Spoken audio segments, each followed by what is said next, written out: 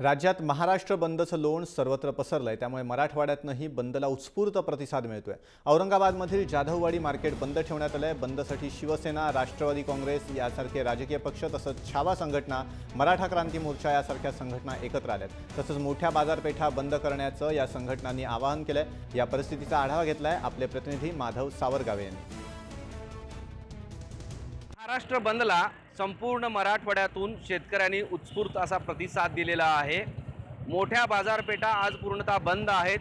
औरंगाबाद शहरातील जाधववाडी मार्केटमध्ये शिवसेना, त्याचबरोबर मराठा क्रांती मोर्चा, संभाजी ब्रिगेड, छावा या वेगवेगळ्या संघटना उतरून बाजारपेठा बंद केलेल्या आहेत आणि ग्रामीण भागातली ही स्थिती आहे।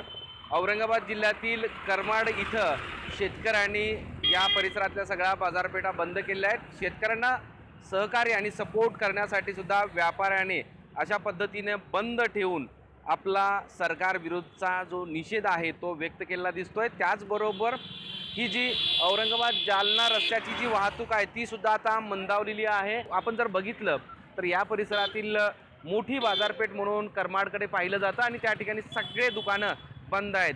औरंगाबादसह जालन्यात सुद्धा तीच स्थिती आहे। कृषी उत्पन्न बाजार समितीमध्ये सुद्धा विशेषतः शिवसेनेकडे ती असल्यामुळे त्या ठिकाणी कडकडीत बंद आहे। व्हिडिओ जर्नलिस्ट महेश वाघसह माधव सावरगावे, जय महाराष्ट्र, करमाड, औरंगाबाद।